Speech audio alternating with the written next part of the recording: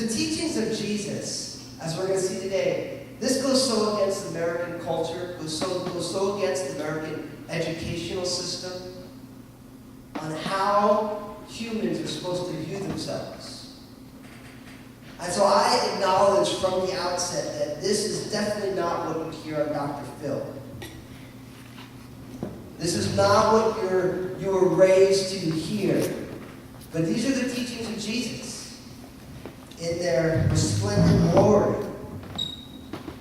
He begins by saying, "Blessed are the poor in spirit, for theirs is the kingdom of heaven."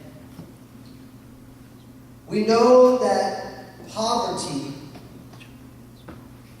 it simply comes from the concept of somebody who has a sustained economic situation that is distressful. When you think of somebody who is poor, economic depravity. There is a poverty line that our government holds to, and if you exist below it, you are considered poor by the government standards, and they have all sorts of subsidies for you. Jesus said, "Oh, how happy, blessed is those who have poverty of spirit." What does it mean to be poor in spirit? It means a complete absence of pride, a complete absence of self-assurance, a complete absence of self-reliance.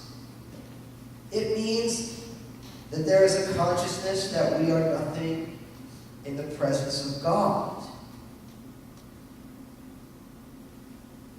That's a very, very challenging statement, isn't it? Because you and I have been raised to think that we are something very, very special. And we need to learn how to rely upon ourselves. And we need to be self-assured. And we need to be proud people. And if we don't put our best foot forward, then who else is going to for us? And if we don't push our rights, and we don't feel we deserve these things, then we'll never get them. We hear these things all day long. He says, no, no, no. Listen, you want to be happy in this world, you need to be poor in spirit. You need to realize that you are infinitely needy.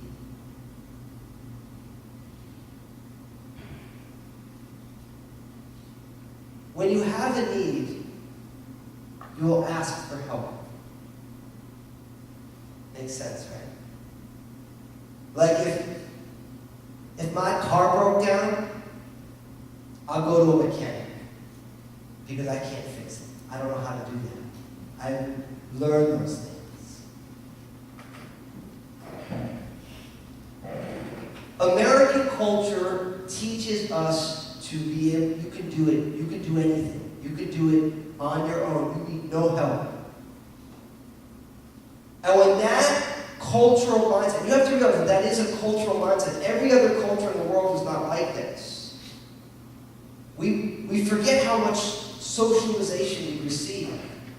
When you take that mindset and you put that into the spiritual realm, then you become spiritually self-sufficient, which is actually an oxymoron. Spiritually self-sufficient doesn't exist.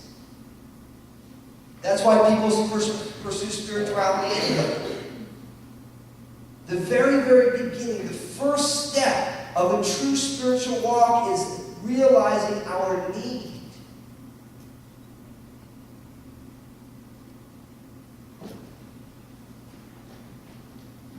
Poverty in spirit is simply, as was said in Luke 18:13, "O God, be merciful to me, a sinner."